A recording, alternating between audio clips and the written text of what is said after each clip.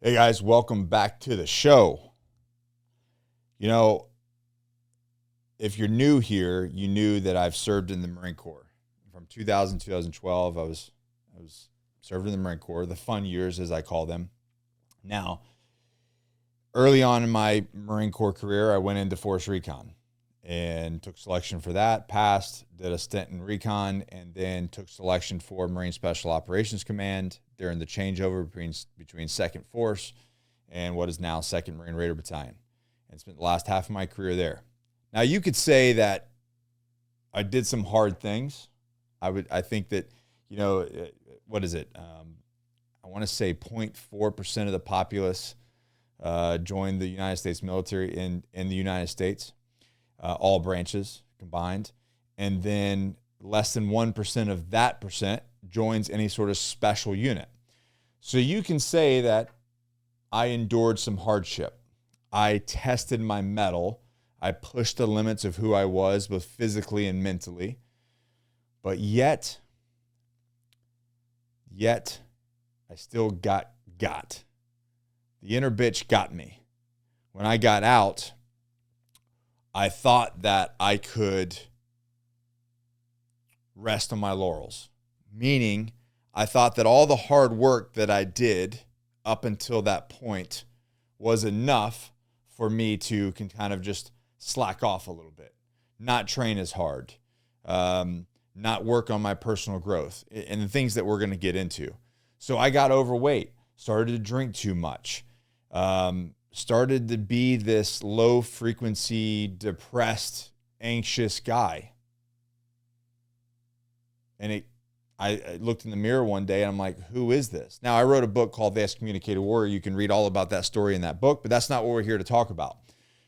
I'm here to talk about what I had to realize was the things that I was doing to make me who I was is not something you check off.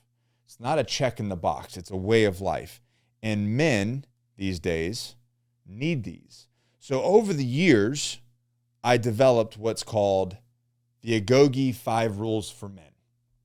And there's lots of rules for men. Let's be real. We have lots of rules. We have lots of rules that we should be following. But the reality is, if we're just going to break it down to like, hey, let's just start with these 5 rules and let's see what these rules are.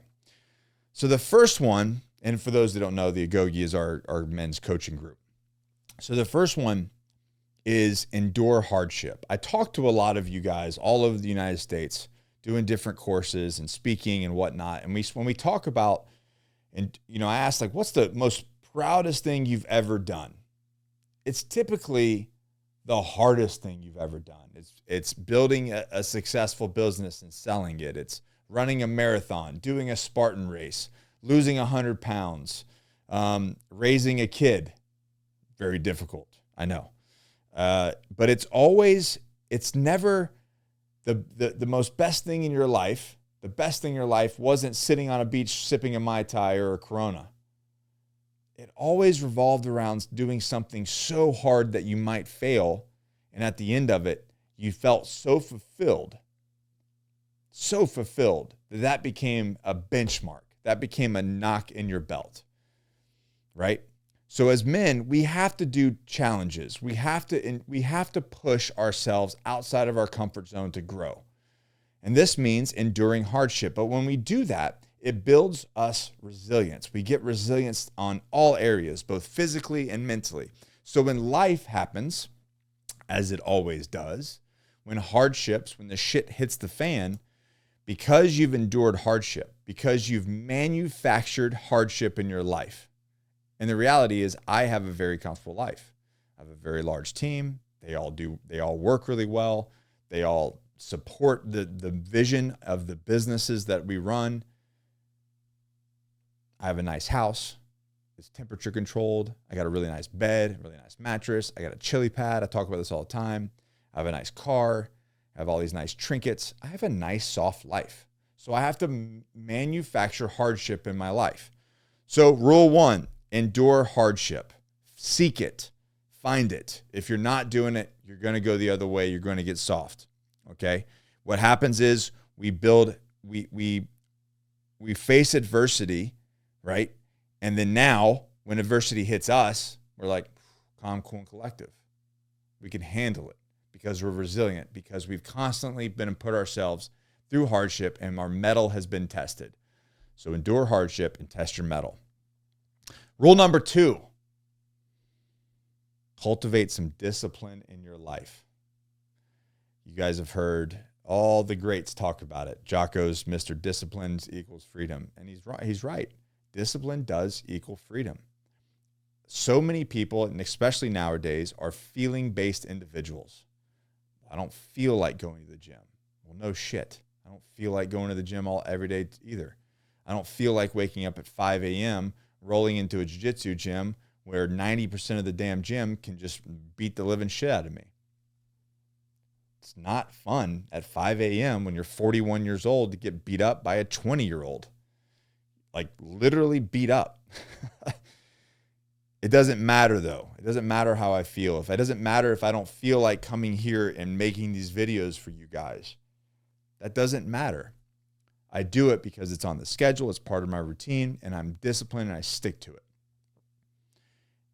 I don't like getting into the cold tub. Doesn't matter. I'm tired. So when I get home from work or I close the office door and my son, who's almost 3 years old, is like stoked and wants to play, it doesn't matter if I'm tired. I have the discipline and I find it deep down to go play with him. I'd go find I have the discipline to walk into, regardless of how I feel, to walk in and say, ask my wife, how can I serve her?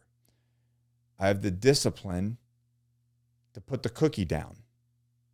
I have the discipline to refrain from pornography because I want my wife to be the only outlet for my sexual release.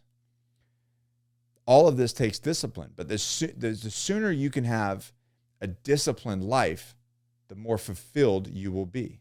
If you give in to every little pleasure in your life, whether it's weakness or pleasure, you will not stop seeking that pleasure. When it comes to alcohol or drugs or anything like that, it's a bottomless pit. We've heard the thing, purpose over pleasure. Well, how do you get there? Discipline.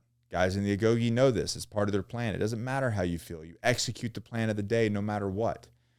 How does an Olympic, somebody that's going to go to the Olympics get to the Olympics? Do you think an Olympic athlete only trains when they feel like it? Fuck no. I'm sure they most of the time don't feel like it. But they do it every single day for week after week, month after month, year after year. And that's how they get the fucking gold medal. They go one step further. Rule number 3, embrace responsibility. Embrace responsibility, meaning we have this natural inclination to take on responsibility. So own that. Deep down in you, you have this core sense of taking responsibility, especially if you strip away all of the bullshit from society. It is who we are. So take that. Get to the concept that like everything is your fault. Now, I know the reality is, and this is the big thing in the Marine Corps, I know the reality is not everything is my fault. If I'm at home with my family, right? If I'm at home with my family and Mark over here goes on a bender down in Wilmington and just, I don't know, drinks 5 40s and drives his car through 47 stores, and at 2 o'clock in the morning, I get a call that he's in jail. Is that my fault? No. But the way I take responsibility is, okay, what was going on in Mark's life that I did not recognize? Did I not inspire him? Did I not educate him? Did I not motivate him to live a better life? Did I not pour into him on a leadership level to realize that maybe drinking 5 40s and driving around Wilmington at 2 o'clock in the morning was a bad idea, which it is a bad idea, Mark, just so you know. So embracing responsibility, if I look at a fight with my wife, a financial thing, all of it, I look at it, okay, whether it's my fault or not, what was my play in this? And here's the responsibility. What could I or could I have not done that made a more positive outcome? So let's just look at an argument with your wife, because everybody has these, right? Even me. What did I say or what could I have said to had a more positive outcome in that argument? Or reach a better solution. Again, if I'm going to take responsibility for everything, right? What could I have done or what could I have said to make that situation a positive one, or at least have a more positive outcome than the way that it did. So accept responsibility. Your finances, your fitness, your kids, everything in your life is yours. It's your life, no one else's. You have to walk the path. So take responsibility for it. You're not a victim. You are not a victim. Nothing happens to you. Okay? And as soon as you realize that, as soon as you take that victim mentality and you take responsibility for your way, your life, what's happening to you, your circle of influence, the decisions that you make, it's a powerful machine. But it's a hard perspective shift that you have to do. Rule number 4, cultivate knowledge. What I mean by that is you have to be addicted to personal and professional growth. Nothing will change. Progress is contingent on your self-improvement. I'm going to say that again. Progress is contingent on your self-improvement. Your bank account will not get better until you do. Your relationship will not get better until you do. Your physical fitness will not get better until you do. You have to start with the personal growth. You have to become better. And once you become better, everything else around you in your life will become better. So how do we do that? You need to be addicted to personal growth. How can you gain new perspectives? How can you learn more things? How can you become more physically fit? What is the knowledge? What are macros? What does being financially literate mean? These are things that I've had to learn. And to where I realized at 41, the older I get, and some of the old timers that are watching this will know, the older I get or listening to it, the older I get, the more I realize I don't know shit about fuck. I don't know. But I'm going to find out. So now I'm just the forever student. I'm just sitting here going, I'm going to learn as much shit as possible. I'm going to learn the things that they don't want to tell you. Everything from finances to fitness to nutrition to relationships to better sex life to learn how to be a better dad. I want to know all the information, all of it. And now I'm addicted to it. And what happens is you get a compounding interest effect when you start going down that road. It starts to snowball. So be addicted to cultivating knowledge. One of my platoon sergeants in Recon, he's actually ended up being my company ops chief when I was a platoon sergeant, Phil Thome, which we need to get him on the podcast sooner or later. His biggest leadership trait was knowledge is power, because it truly is. If you don't know, you're either arrogant or ignorant. And a true leader has the knowledge. And if he doesn't have the knowledge, he has people on his circle of influence, his team, the people around him that do know, and he learns from them. Rule number 5, the last rule. Stay true to your why. Stay true to your why, and your why should be your tribe. I say this to people that are about to come onto the onboard. I'm like, why do you want to get better? Because I only want people that want to get better for a specific reason. If it's a selfish reason, they're not going to make it. And I'll give you an example. It's 4 a.m. You come onto the Agoge and get on the phone with me. You're like, Nick, I'm ready to get better. Okay, cool. Well, this is what you're going to do. You're going to wake up at 4 a.m. It's 30 degrees outside. You're going to go out in your driveway in 30 degrees, and you're going to give me 200 burpees for time at 4 a.m. And this is hypothetical, and I don't think I would ever tell you to do that unless it was a challenge, and maybe I would. But nonetheless, here we are. It's 4 a.m. You got to go do 200 burpees for time. When that alarm goes off and you're in your warm bed with your smoking hot wife next to you, you're going to be like, fuck this, if it's for you. But if you're, almost 300 pounds and your man titties or your sweat is, pulling up under your man titties and your son's looking at you going, Dad, you're fat. He's like poking your belly, your fat, disgusting belly.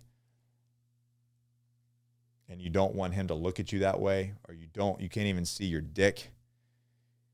And your wife's laying there, you're like, I've got to fix this shit. Now that is going to get a man out of bed at 4 a.m. and go do burpees in the driveway at 30 degrees. But if it's just for you, it's not going to motivate you. And I've been doing this long enough that I've seen that time and time again. If guys don't have a deep-seated why, if they don't know why they're becoming better, why they're pushing the fight, why they're enduring hardship, why they're cultivating discipline, why they're taking responsibility, why they're cultivating knowledge, if they don't know why they're doing that, they don't have a foundation, they don't have a rock of why they want to become better, then there's no motivation there. There's no inspiration there. So when you deep down and you find your why, what is your deep-seated reason why? And it can't be about you because, motherfucker, it ain't about you. It's about the people around you. It's about the people that rely on you. It's about the people that love you. And maybe you don't have kids. Maybe you don't have a significant other. But if you have a mom and dad, a brother, sister, a friend, someone, I promise you, loves you and wants you in their life. And you have a duty to be your very best for them. So that's the reason why you get up at 4 a.m. to do that. You have to know why you are becoming the very best version of yourself. And it's because you can serve your tribe and they can depend on you to be your very best. And if you're not your very best, you cannot serve them. So those, ladies and gentlemen, are the Agoge 5 rules for men. All right? And if you like those rules, I want you to share them with your friends. I want you to screenshot this, tag me, push it out on social media. Give me that 5 stars review if you're listening to the podcast, or give me a thumbs up and drop me a comment on YouTube. And in the link in the description, I got a free book for you. It's called The Marine Raiders 4 Pillars That Will Supercharge Your Life, and they will sound a lot like this because there's a theme here. So hit that link, go get that free book that I wrote. And it's the things that I found. It's the 4 pillars that if you live by, you will have a supercharged life. It will change your life. These 4 simple tasks. And if you apply them in your life, they will change it. You guys know the deal. Never quit, never surrender, always forward. And we'll see you guys in the next video.